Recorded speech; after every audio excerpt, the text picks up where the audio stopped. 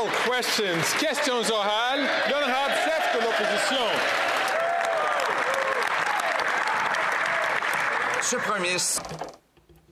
This Prime Minister is just not worth the cost of housing, which has doubled. He promised to make it affordable more than 8 years ago, and yet the cost has doubled. And now we're learning that in Montreal, rent has gone up by 14% after the inflationary spending that increased red tape. When will this Prime Minister follow my common sense plan to take taxes and red tape away to build affordable houses and apartments? The Honourable Government House Leader. It's nice to see the Leader of the Opposition show up for work today. I guess there wasn't a fundraiser that he could attend. But if we want to talk about last week, Mr. Speaker, what Canadians saw on display was the Leader of the Opposition bringing right-wing Republican tactics to try and shut down the government, Mr. Speaker. Canadians don't want the kind of chaos that they see in Washington. They want responsible leadership in Canada, and that's not what we witnessed from the Leader of the Opposition last week. On this side of the House, we will continue to stand up for Canadians and stand up to bullies. That's the way it is. L'honorable chef de l'opposition. Monsieur le Président, le Premier ministre. Mr. Speaker, the Prime Minister, the Bloc Québécois, and their carbon tax are just not worth the cost for Quebecers. We've now learned that next year the average family will have to spend an additional $700 for food. And that's after the biggest increase in food prices for 40 years. That's the result of the tax that the Bloc Québécois wants to radically increase.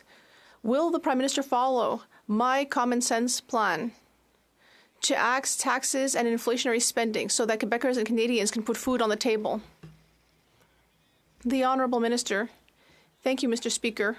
Well, Mr. Speaker, on Thursday and Friday, the opposition leader asked his members to vote against security measures for Ukraine, to vote against funding women's shelters, to vote against funding support for thalidomide victims. Does hurting vulnerable Canadians make him feel stronger? Will he finally admit that his irresponsible choices have gone way too far? The Honourable Leader of the Opposition. Mr. Speaker, last week we were proud to vote against more inflationary, bureaucratic spending that does nothing for working-class Canadians other than to cause. If more government spending were to solve the problems, we wouldn't have 2 million people lined up at food banks and 9 out of 10 young people unable to afford a home. Now they want to quadruple the carbon tax, just as we learn that Canadians will be forced to spend another $700 just to feed themselves. Will they follow our common sense plan to axe the tax? The Honourable Minister of Finance and Deputy Prime Minister of Canada. Mr. Speaker, last week, the Conservatives voted against Operation Unifier, which is about direct military support for Ukraine. They've also voted against our free trade agreement with Ukraine. When we look at the extreme right south of the border parroting Putin's lines, we used to think that could never happen in Canada. But it is happening here, Mr. Speaker. On this side of the House, we are proud to say, Slava Ukraini. The Honourable Leader of the Opposition.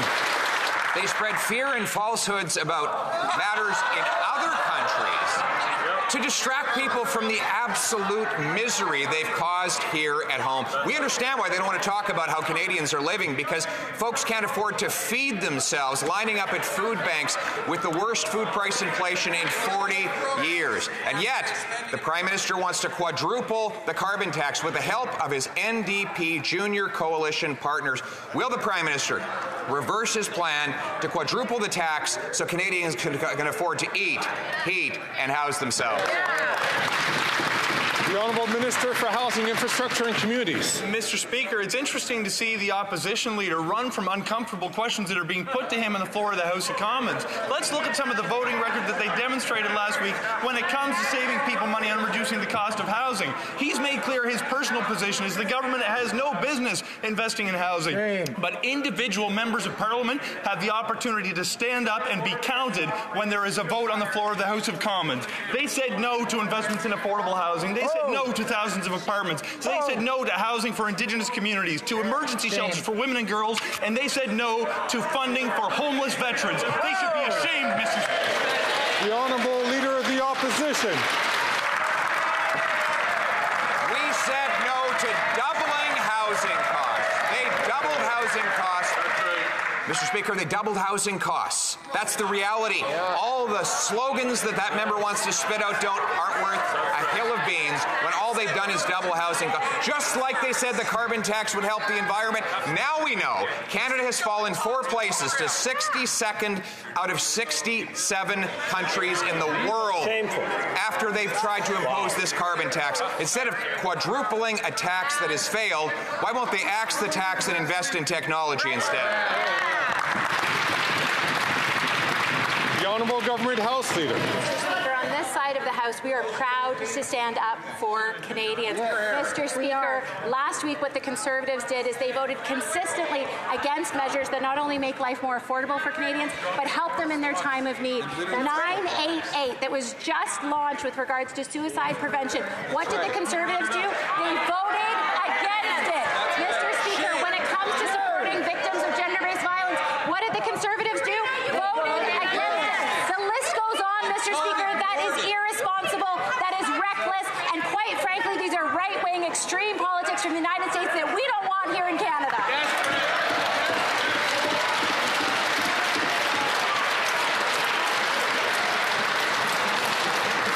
L'honorable député de La Prairie. The Honourable Member for La Prairie.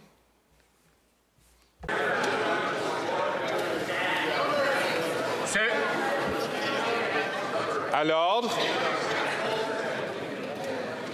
L'honorable député de La Prairie. Order. The Honourable Member for La Prairie. Mr. Speaker, this government is unbelievable. Every time we think that it can't get more incompetent, well, it says, just watch me. And they manage to do even worse.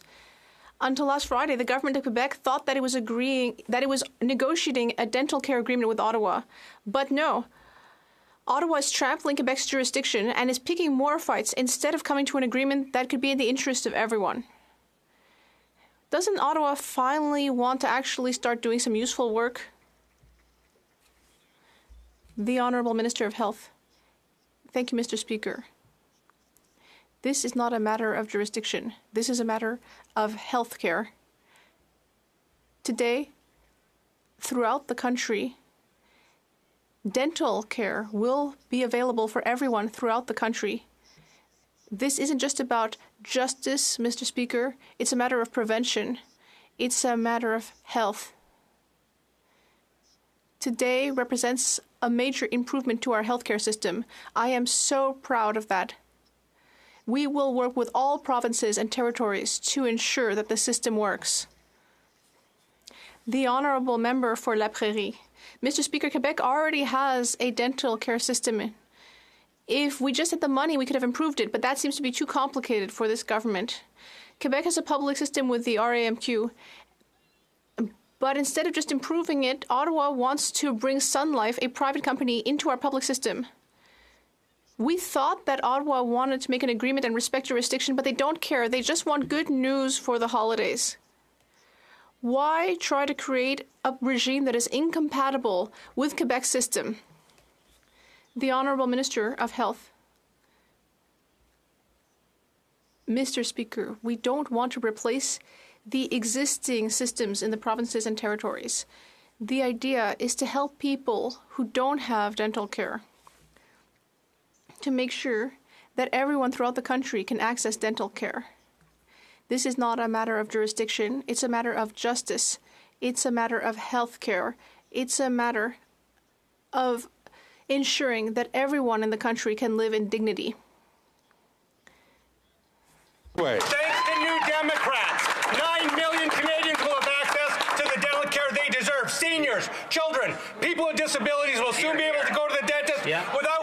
the cost. Because of the NDP, families will save thousands of dollars during an affordability crisis. This is the biggest expansion of public health care in half a century. Shamefully, last week the Conservatives again voted no to dental care and putting money back in people's pockets. Can the minister explain the impact of the NDP dental plan on Canadians? The Honourable Minister of Health. In a time of great global difficulty, in a time where people all over the world are finding things hard, there are those that stand up and provide solutions and talk about how we make things better. And I want to recognize the NDP in stepping forward and talking about solutions, about talking about answers. When we saw the Conservatives voting against dental care, voting against support for seniors, voting against support for persons with disability, voting against our children who need dental support, shame on them, Mr. Speaker. And congratulations to any party that stands up for ideas and getting things done in this country.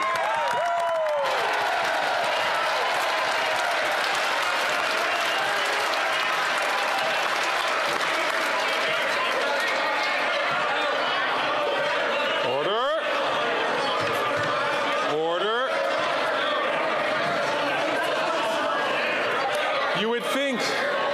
One would think that after a lot of votes that members might have been a little bit tired today, but it seems like giving everybody a lot of energy. The Honourable Député de Rosemont.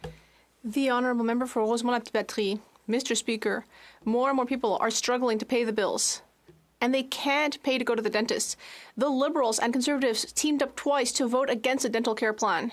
Thanks to the NDP, seniors, children, and people with a disability will be able to access this essential care. The Conservative leader, whose dental care has been paid for by taxpayers for 20 years, would like to cut that program. Apparently what's good for the goose is not good for the gander. But the NDP will deliver the help that people need. Why did it take this Liberal government so long to deliver the goods on dental care? The Honourable Minister of Health. Mr. Speaker, this is a huge step forward. Bringing dental care to everyone throughout the country. I appreciate very much the hard work of the NDP and the idea that any and every party here must work together to find solutions. They're not just here to criticize everything, but instead to work together to find solutions during a time that is difficult throughout the country. Mr. Speaker, this is a historic day for our healthcare system. The Honourable Member from Regina Capel. The Prime Minister is causing division and anger in unprecedented ways with a backlash that we may never have seen in this country before. 133 First Nations suing this Prime Minister over the carbon tax. Several provinces taking the Prime Minister to court to try to stop the tax. One province refusing to collect the tax altogether. And now the Premier of the Northwest Territories asking for a full exemption, saying, quote, the prices are just getting higher and higher here. After 8 years, it's clear the Prime Minister's not worth the cost. Will he put his ego aside and axe the tax? The Honourable Minister. Mr. Speaker, last week when the Conservatives had the chance to stand up for First Nations people, they voted against the measures that Indigenous communities need every single day to deliver things like clean water, Mr. Speaker, to deliver things like education, Mr. Speaker, to make sure that infrastructure is kept running and maintained, Mr. Speaker. When they had a chance to stand up with First Nations, what did they do? They voted against them.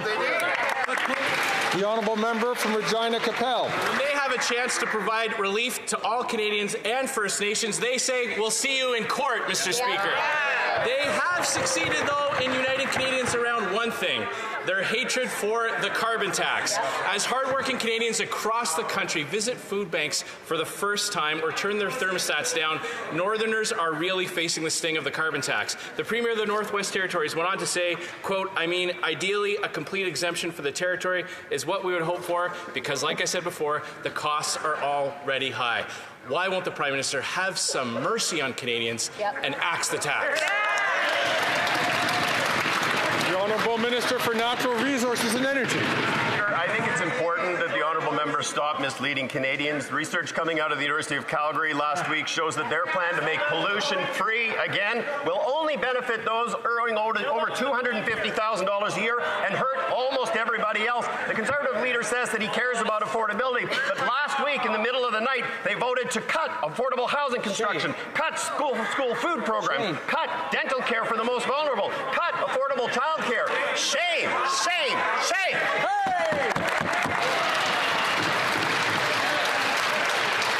The honourable member from Prince George, Peace River, Northern Rockies. In one of his first comments as Northwest Territories Premier, R.J. Simpson simply said yesterday a carbon tax doesn't work for Northwest Territories. And a complete exemption for the territories is what we would hope for because, like I said before, the costs are already high. Higher costs are not the solution up here.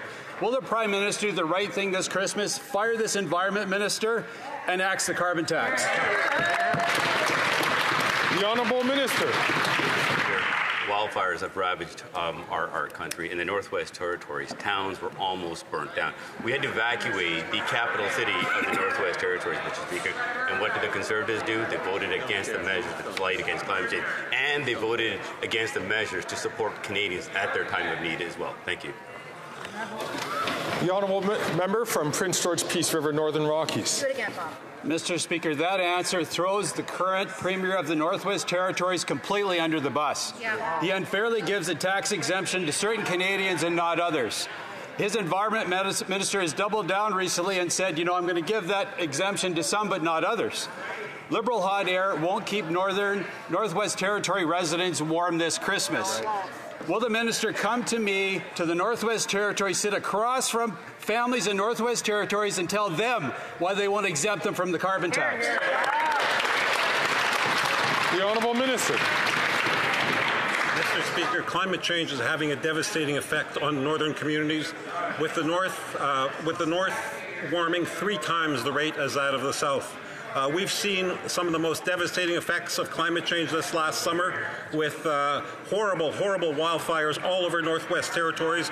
Our government is focused on making ends meet for Northerners while at the same time battling climate change, while at the same time making sure that Northerners have what they need to live a good life. Here, here. L'honorable député de Mégantic-l'Érable. The honourable member for Mégantic-l'Érable. Well, Mr. Speaker, the Prime Minister of the Northern Territories wants to know why provinces that voted Liberal got a tax break, whereas the Northwest Territories have to pay, even though, according to the new Premier, prices are just going up and up. With these rising prices, Canadian families are going to have to choose between having a Christmas meal and heating their homes. When will this Prime Minister finally axe the tax on farmers and families? The Honourable Minister of Transport. Mr. Speaker, if I were a Quebec Conservative colleague, I would be ashamed to rise this morning. They voted against Quebec's dairy producers. They voted against funding for the Plains of Abraham. They voted against funding for the Magdalen Islands. They insulted Quebecers. I would be ashamed, very ashamed, to rise this morning. The Honourable Member for Mégantic-l'Érable.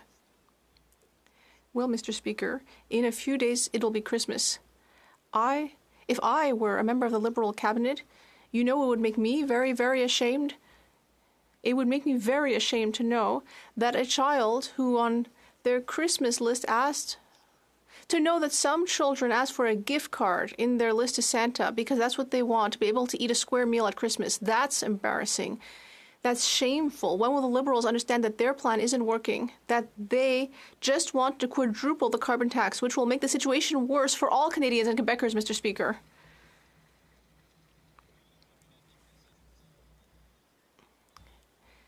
The Honourable Minister, Mr. Speaker, this is a shocking claim when we know that the Conservatives are just trying to change the subject so they don't have to talk about what they did last week. It's shameful, and in fact, it's a betrayal towards Canadians. The fact that they voted against our measures, against food banks, against housing and women's shelters, against Ukraine, Mr. Speaker. Who's telling them what to do? I mean, their leader just seems to be taking direction from Donald Trump in the U.S., Mr. Speaker. The Honourable Member for Lac-Saint-Jean. Mr. Speaker, Mr. Speaker, in politics, some files are pretty simple, so I have a simple question. The federal government owes Quebec $460 million for sheltering asylum seekers, but this is an area of federal responsibility. Last week, the Minister of Immigration met his Quebec counterpart. So my question is simple. Is he going to pay the money back? The Honourable Minister of Immigration. Mr. Speaker, last week I did indeed meet my counterpart, Minister Fréchette, on Friday. We had a good conversation.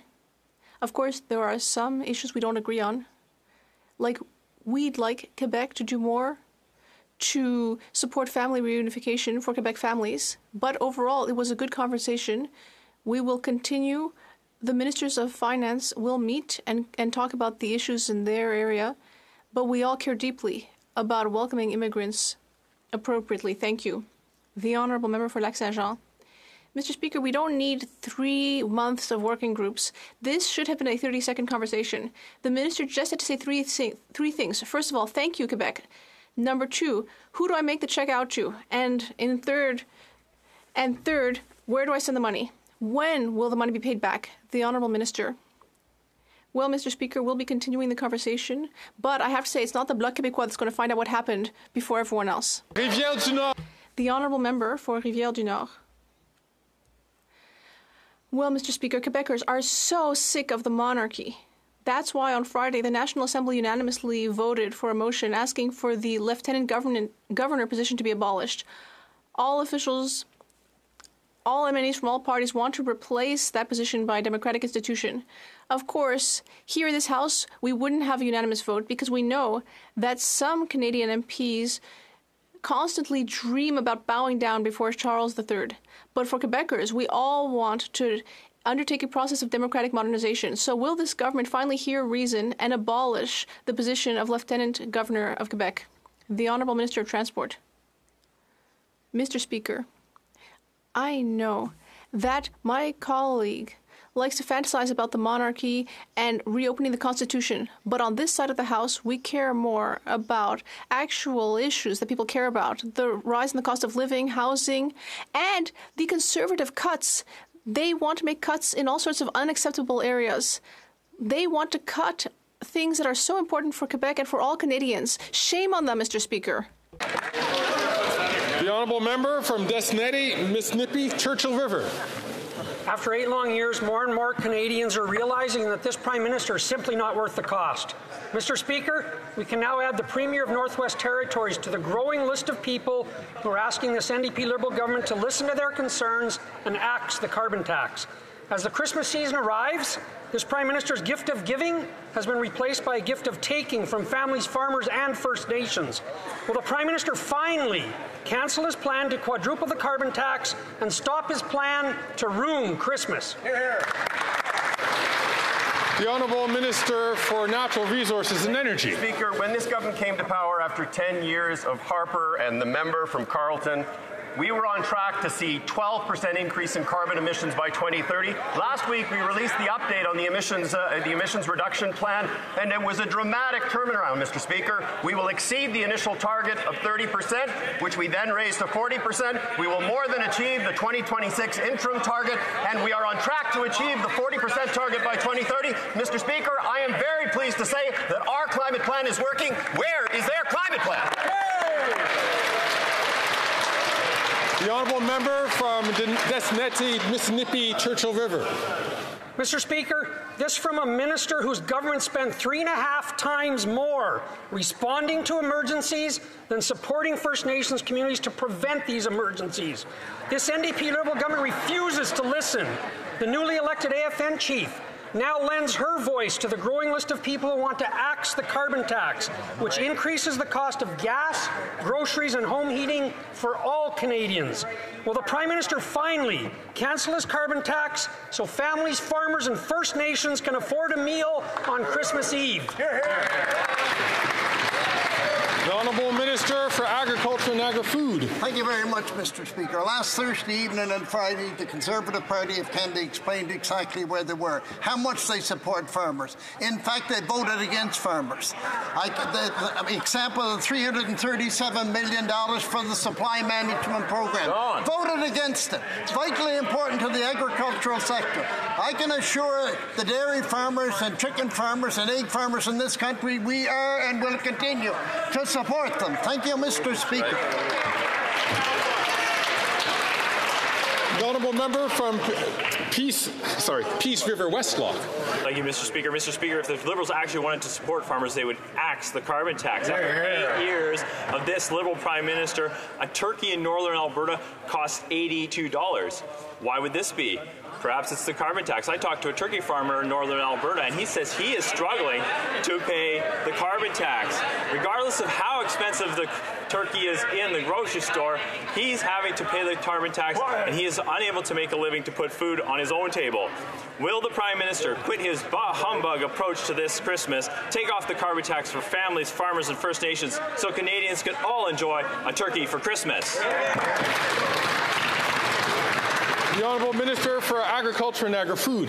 Thank you, Mr. Speaker. I hope that turkey farmer looked at what the Conservative Party of Canada did last Thursday. That's right. That's right.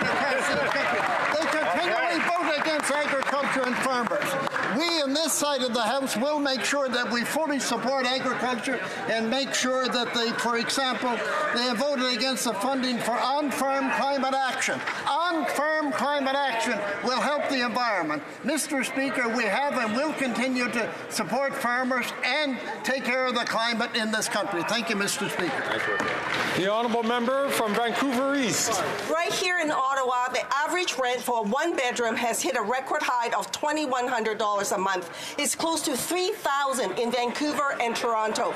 It is unacceptable that the out-of-touch Liberals are delaying housing funding for another 2 years when people can't afford rent now. Then there's the Conservatives who don't even believe in community housing and would rather give handouts to luxury condo developers. Will the Liberals stop delaying and get the money out the door now to build the much-needed affordable housing? The Honourable Minister for Housing, Infrastructure and Communities. Mr. Speaker, I thank my honourable colleague for her question and for her advocacy for additional investments in affordable housing and housing more broadly. I would remind my honourable colleague that in fact there are programs that exist today that are rolling dollars out the door to get more homes built. In fact, just a few weeks ago, we announced more than $4 billion worth of loans that's going to result in more than 12,000 new apartments being constructed. In addition, we recapitalized our affordable housing fund to the tune of $1 billion in the fall economic statement, on top of the more than $300 million going to cooperative housing, which will be rolling out early in the new year. I'm willing to work with all members of the House, including that member, to build more homes faster. The Honourable Member from London Fanshawe. The Kuta family are Palestinian Canadians from London currently stranded in Gaza. Ahmed Kuta is a nurse who has spent months caring for the wounded at one of Gaza's besieged hospitals. He is a hero, but he and his 3 brothers are being denied the right to exit Gaza, and the minister refuses to explain why. Without a ceasefire, there are strong reasons to worry that the Kuta family may be killed within days if Canada doesn't act now. Mohammed Kuta asked, "Is there hope, or am I waiting for my death? When will Canada get the Kuta family out of Gaza?" The Honourable Minister for Foreign Affairs. Thank you, Mr. President. I would like to thank my colleague for having done so much work last week, voting 30 hours in support of the work that we're doing together. Meanwhile, I completely understand how much the situation in Gaza is dire. It's one of the worst places in the world to live in. The Minister of Immigration and I are working actively to find a very compassionate approach when it comes to Canadians and their family, and we will get Canadians out of Gaza. I'm in close contact with my Israeli and Egyptian counterparts to make sure that the Gupta family can come back to Canada. The Honourable Member from Davenport. Mr. Speaker, our federal government has always shown support for Ukraine as it defends itself against the illegal and unprovoked attack by Russia. In fact, this House, and indeed this country, has always been unanimous and steadfast in its support. Yet 2 weeks ago, Conservatives voted against the modernized Canada-Ukraine Free Trade Agreement. And just last Friday, they voted against $500 million in additional aid to Ukraine. can the Minister of Defense highlight the support that Canada has been providing to Ukraine in its fight against Russia's illegal invasion? The Minister for National Defense. Thank you, Mr. Speaker. I'd like to thank the member from Davenport for her question, and sadly, she's right. Just last week, the Conservatives voted against funding for Canada's military operations. They voted against compensation improvements for CAF members, and they voted against military aid for Ukraine under Operation Unifier. Under Op Unifier, we're doing vital work, Mr. Speaker, including training nearly 40,000 Ukrainian troops and supplying Ukrainian forces with the munitions and equipment they need. Mr. Speaker, we will stand up for our troops. We will stand with our allies and partners. We will stand up for Ukraine, even if the Conservatives cut and run. Mr. Speaker, Hanson remembers. Slava Ukraine! The honourable member from Kenora. Mr. Speaker, after 8 years of this NDP Liberal government, this Prime Minister is not worth the cost of Christmas dinner. His carbon tax are driving up the costs so high that Canadian households are struggling as we head into the holiday season. But what's worse is that he's planning to quadruple this tax on groceries, gas, and home heating. Instead, Mr. Speaker, why doesn't the Prime Minister axe his carbon tax so that Canadians can afford Christmas dinner? The Honourable Minister for Families, Employment. Mr. Speaker, in a shocking turn of events just last week, the Conservative Party held hostage the progress and investments that we continue to make in Canadians. When given the chance to support increasing the number of childcare spaces in rural and underserved communities, what did they do, Mr. Speaker? They voted against. What does this mean? This means not supporting new and much-needed childcare spaces in rural and underserved communities. Mr. Speaker, they are just not worth the risk. The honourable member from Kenora. Mr. Speaker, what they simply don't understand is that their plan is just not working. And it's not just Conservatives saying it. The Chiefs of Ontario, representing 133 First Nations, nearly a third of which that are located in the Kenora district, are taking this government to court, arguing that the carbon tax leaves them worse off and breaches the principles of reconciliation. So why doesn't this Prime Minister finally show some common sense and axe his tax on farmers, families, and First Nations for good? The Honourable Parliamentary Secretary to the Minister of the Environment. Mr. Speaker, the Conservatives are always trying to cancel climate action, but last week the leader of the Conservative Party, tried to cancel Christmas as well, but instead he cancelled... Just once. I'm going to ask the Honourable Member, I'm going to ask order.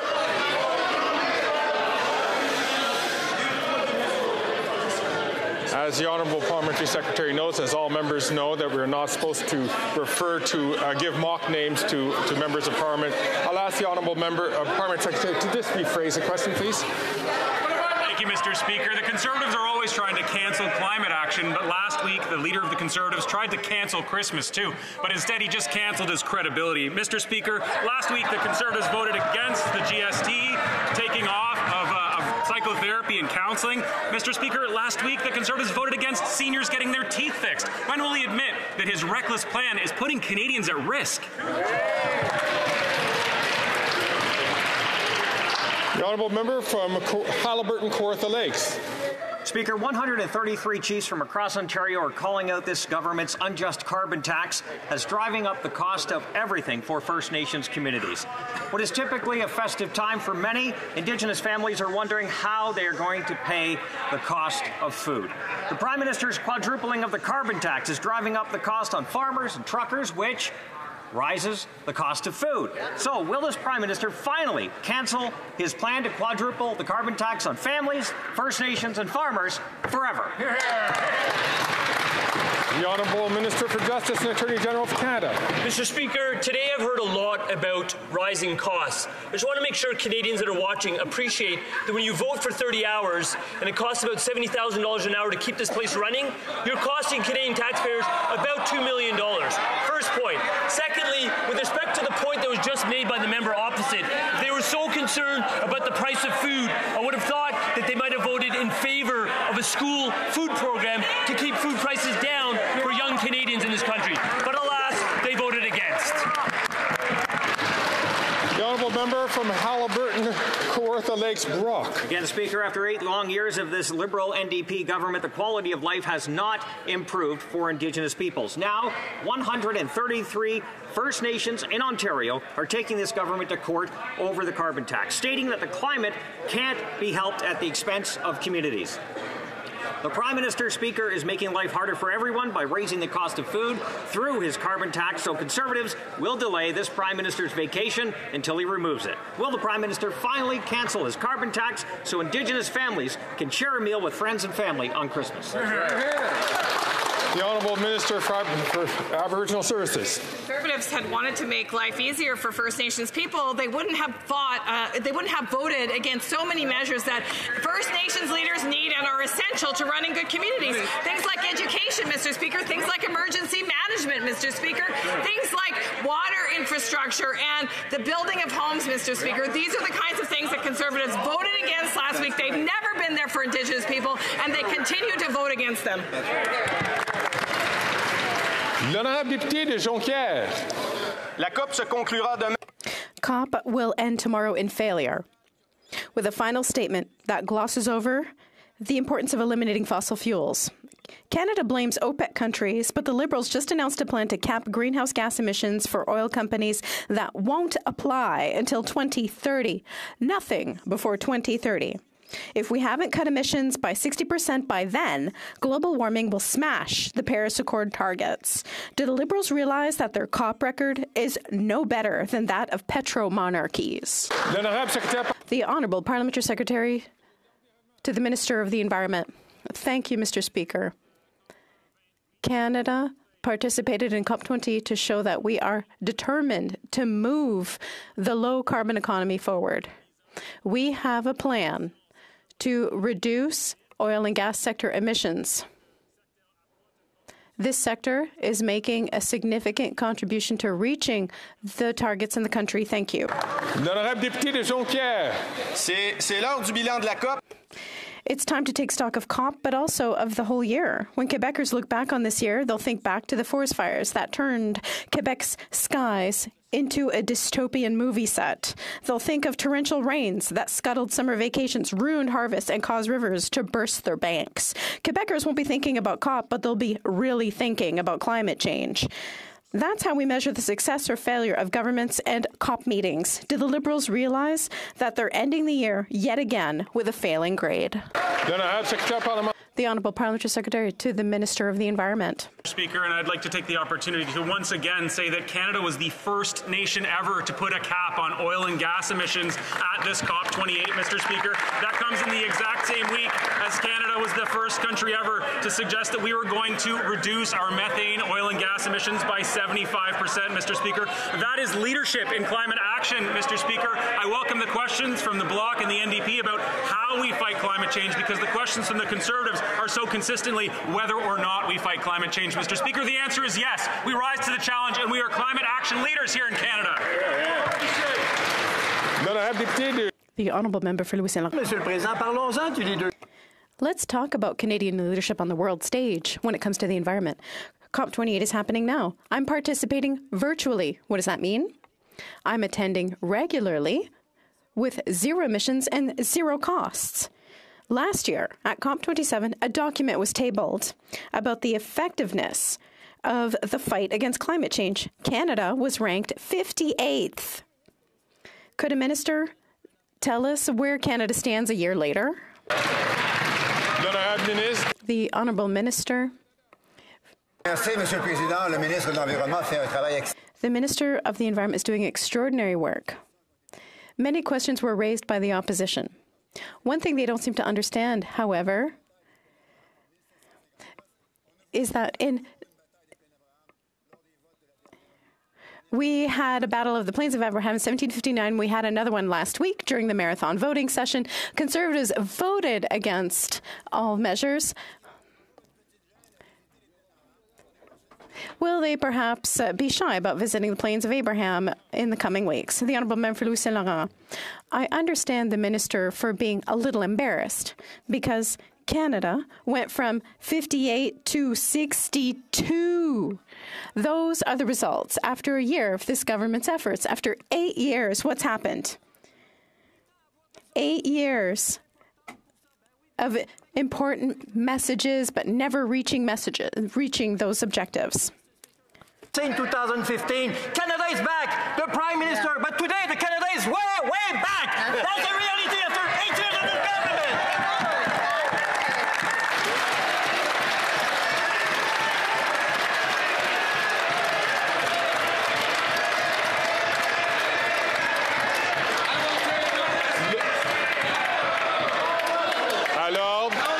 Order. L'honorable ministre de l'Innovation. The Honourable Minister for Innovation.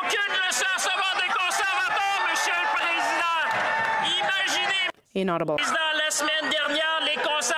Last week, Conservatives voted against aerospace initiatives and tourism businesses. They voted against the Plains of Abraham. Imagine that. The member for Saint-Laurent should be ashamed for voting against the Plains. He needs to bring his colleagues back to reason, because on this side, we are fighting for Canadians. The honourable member from Regina, Wascana. Mr. Speaker, after 8 years of this Liberal NDP government, even a report from COP28 is showing that this Prime Minister is not worth the cost. The Climate Change Performance Index ranked Canada 62nd out of 67 countries on climate change performance, despite the fact that Canada has one of the highest carbon taxes in the world. Mr. Speaker, will the Prime Minister finally admit that he does not have an environmental plan, he has a tax plan? Yeah.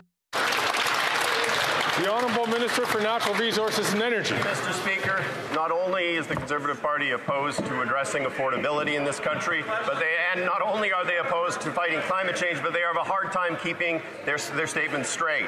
Mr. Speaker, in 2008, the Conservative Party platform stated we will work to implement a North American-wide cap and trade system for greenhouse gases.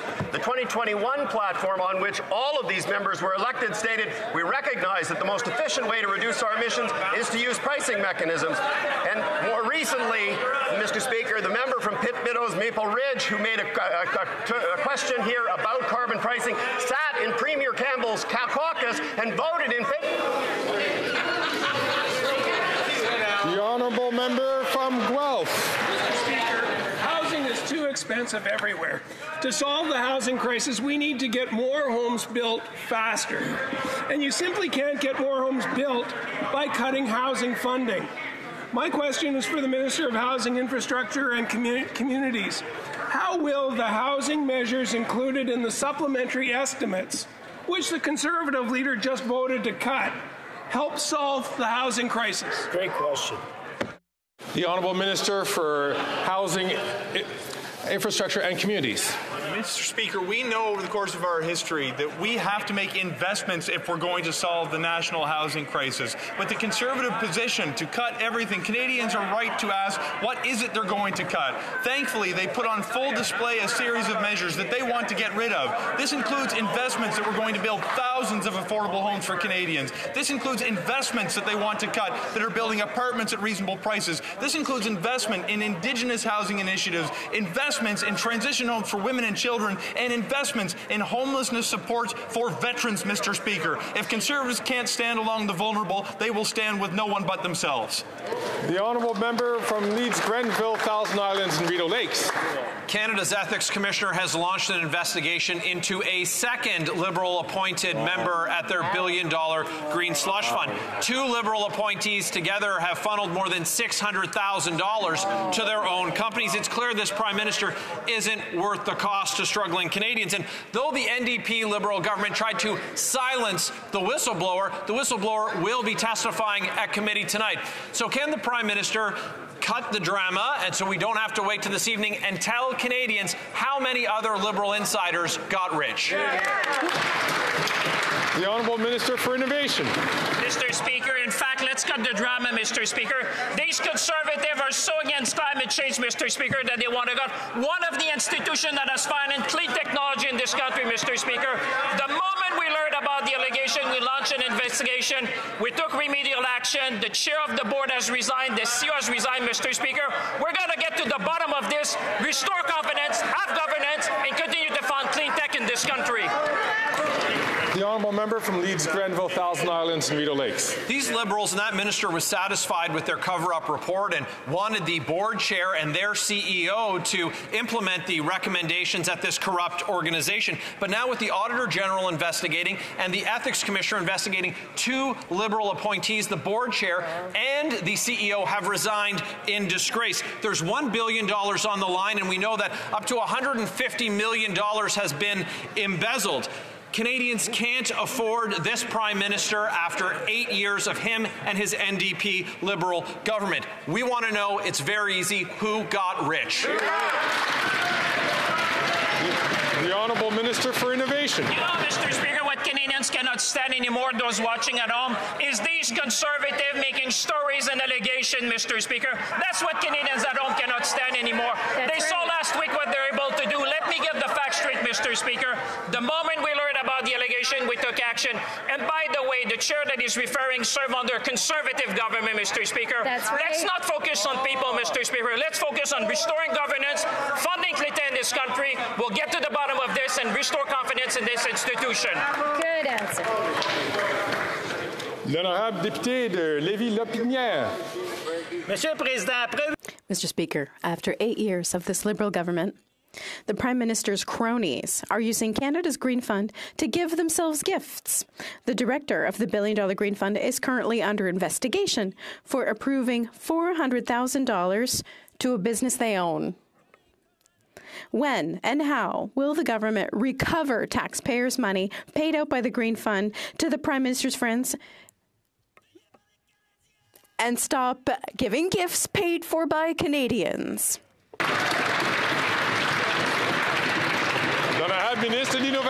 The Honourable Minister for Innovation. Mr. Speaker, I thank my colleague for his question and the theatrical performance. Now, when it comes to the facts, I think that Canadians understand that as soon as we heard there were allegations, we launched an investigation. The president of the board resigned, and there was another resignation. We are acting. We're going to restore governance. And we will fund businesses in Canada that will put forward green technology to fight climate change. That's responsible. The honourable member from Markham-Stouffville. Mr. Speaker, our government has made it clear that dental care coverage is a priority. But in this House last week, the Conservatives were the only party to vote against funding for the Canada Dental Care Plan. Instead, the Conservatives want Canadians to pay for their care out of pocket. Today, the Minister of Health announced the next steps of our work to provide a historic dental care program in this country. Can he tell Canadians what this means for them? Good question. The Honourable Minister for Health.